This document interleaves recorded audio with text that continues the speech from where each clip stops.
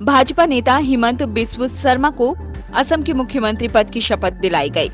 सोमवार के दिन 12 बजे राज्यपाल जगदीश मुखी ने उन्हें मुख्यमंत्री पद की और गोपनीयता की शपथ दिलाई। मुख्यमंत्री शर्मा के अलावा अन्य मंत्रियों ने भी शपथ ली। विधानसभा चुनाव में बीजेपी ने इस बार सीएम पद के चेहरे का ऐलान नहीं किया था और यहीं से माना जाने लगा था कि इस बार पार्टी बड़े बदलाव की तैयारी में है। हालांकि चुनाव सर्बानंद सोनोवाल के चेहरे पर लड़ा गया। जब बीजेपी ने सीएम के चेहरे का ऐलान नहीं किया, तभी से हिमंत बिस्व शर्मा को इस रेस में आगे माना जाने लगा था। कांग्रेस से बीजेपी में आए हिमंत बिस्व नॉर्थ ईस्ट में पार्टी के बड़े चेहरे हैं। उन्हें नॉर्थ ईस्ट का चाणक्य भी कहा जाता है। इसके अलावा हिमंत बिस्व शर्मा के इस रेस में जीतने की एक बड़ी वजह उनकी विजिबिलिटी भी है। पिछली सरकार में वो स्वास्थ्य मंत्री थे, लेकिन हर जगह नजर आते थे। हिमंत कांग्रेस सरकार में भी एक्टिव थे और वो जो भी काम करते उनका काम सबको दिखाई देता। आइए आपको बताते हैं कि आखिरकार कौन है हिमंत बिस्व शर्मा। साल 2001 की 15 मई को अपने राजनीतिक करियर की शुरुआत करने वाले हिमंत शर्मा ने गुवाहाटी हाईकोर्ट में लॉ की प्रैक्टिस की। साल 1996 से लेकर 2005 तक वो यहीं रहे। 1 फरवरी 1969 को असम के जोरहाट में साहित्यकार कैलाश नाथ शर्मा के घर उनका जन्म हुआ। शर्मा की मां भी असम साहित्य की संस्थाओं से जुड़ी हैं। शर्मा ने कामरूप में अकादमी स्कूल से अपनी पढ़ाई की शुरुआत की और बाद में कॉटन कॉलेज गुवाहाटी चले गए। उन्होंने राजनीति विज्ञान में ग्रेजुएशन और फिर पोस्ट ग्रेजुएशन किया। बाद में उन्होंने राजनीति में रहते हुए ही पीएचडी की डिग्री भी हासिल की। वो राजनीति विज्ञान के छात्र थे तो स्टूडेंट पॉलिटिक्स में भी उनकी रुचि रही। कॉटन कॉलेज में साल 1991-92 के आसपास हिमंत बिस्व शर्मा जनरल सेक्रेटरी के पद पर रहे।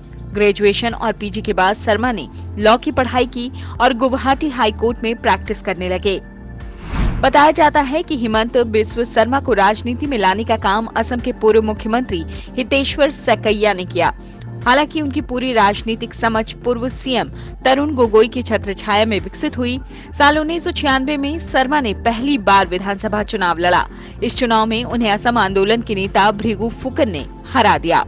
इसके बाद वो 15 मई 2001 को फिर से जालुकबरी से विधानसभा चुनाव लड़े और फुकन को 10,000 मतों के अंतर से परास्त कर दिया।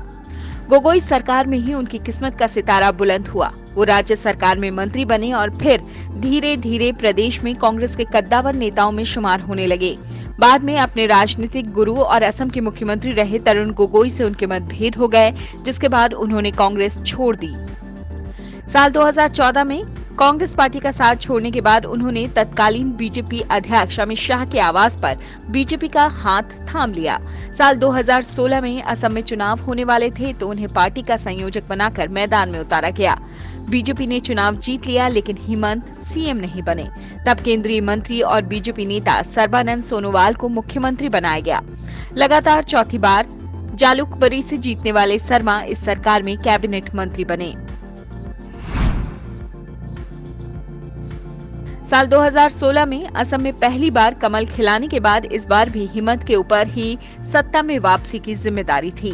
प्रदेश में स्वास्थ्य मंत्री रहते हुए उन्होंने जनहित में ढेर सारे काम किए। माना जाता है कि ये हिमंत बिस्व शर्मा का ही जादू है कि राज्य के लोगों ने लगातार दूसरी बार बीजेपी को सत्ता सौंप दी। ऐसे में मुख्यमंत्री पद पर उनकी दावेदारी काफी मजबूत हुई। हालांकि ये बीजेपी के शीर्ष नेतृत्व के लिए परेशानी बढ़ाने वाली बात थी।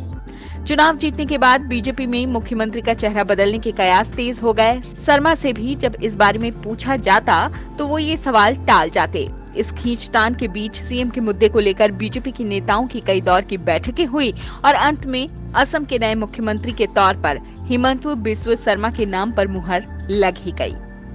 Video desk amarujala.com। डाउनलोड करें अमर उजाला ऐप और पाएं खबरें लगातार।